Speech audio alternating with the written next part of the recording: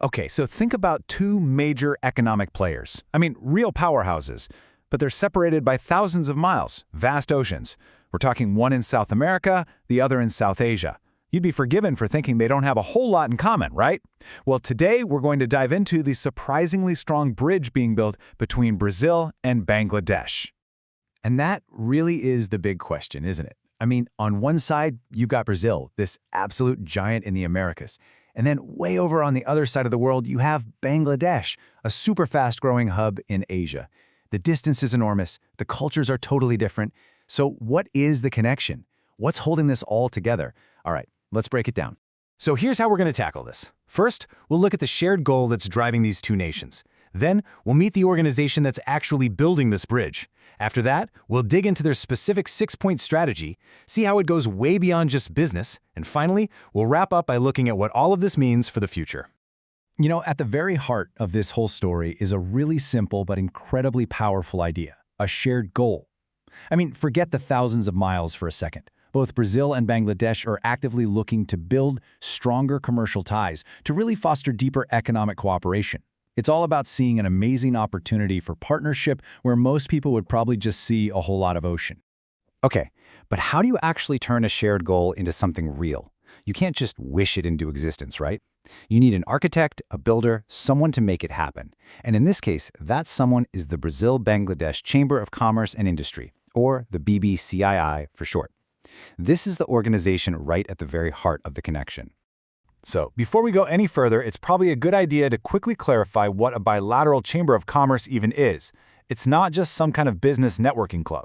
No, its entire purpose is to be that vital link, a direct, functional channel that connects the business communities of two totally separate countries.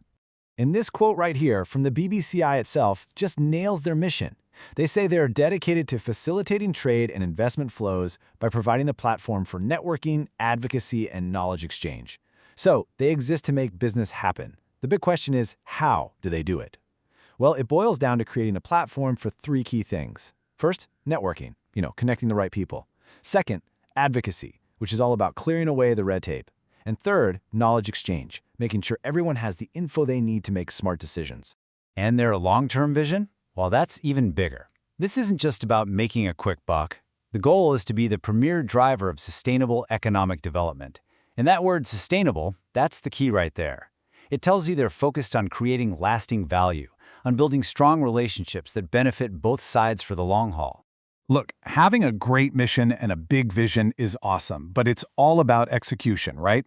So how does the BBCII actually turn these grand ideas into concrete action? Well, they have a really clear 6-point strategy. Think of it as their playbook. And this strategy is surprisingly comprehensive. I mean, this is really the engine room of the whole organization. Of course, you've got the core business stuff, promote trade, advocate, share info, but then you also have things like building capacity and, look at these last two, promoting cultural exchange and fostering collaboration. That's really interesting. And we're definitely going to come back to that culture part in a minute. All right, let's just zoom in on one of these for a second. Advocate and represent. This one is absolutely crucial. The BBCI basically acts as the voice for the business community, talking directly with governments and policymakers in both Brazil and Bangladesh. Their job, essentially, is to cut through all the red tape and clear a path so that trade and investment can actually happen. Okay, remember how I mentioned that cultural exchange point earlier? Well, this is where the BBCCI's work gets really fascinating, because it shows they understand that real, lasting partnerships, they aren't just built on spreadsheets and contracts. Nope, they're built on genuine human connection and mutual understanding. And you can see their two-part mission so clearly right here. On one side, you've got the economic engine, all about facilitating trade, organizing business trips, sharing market trends. But then on the other side, you have the cultural heart, fostering understanding, putting on cultural events, celebrating heritage. It's this powerful combination where business and culture actually strengthen each other. And hey, here's a perfect real-world example of both of those sides coming together. They've got the Made in Bangladesh Expo coming up in 2025 in Sao Paulo, Brazil. And this is not just another trade show. Think of it as a huge cultural and commercial showcase. This is their strategy in action, literally bringing Bangladeshi products and culture right into the heart of Brazil. How cool is that? All right, so let's zoom out for a second and look at the bigger picture here. An organization like the BBCII isn't just a middleman. It's not just a facilitator. It's an enabler. It's actively creating the foundation for future opportunities, for growth that's going to benefit both of these nations. So, to kind of sum it all up, what are the big takeaways here? Well, the BBCI is that vital link we talked about at the beginning. It's out there actively creating new opportunities for trade and investment. But, and this is just as important, it's also building those bridges between cultures. And the end result of all that work? It's a partnership that supports real, tangible growth for both Brazil and Bangladesh. And that really leaves us with a final thought to chew on.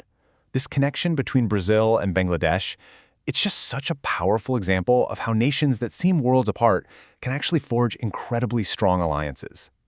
So, as our world gets more and more connected, it really makes you wonder, doesn't it? What other surprising, unexpected partnerships are out there just waiting to be built? Partnerships that will end up shaping the entire future of our global economy.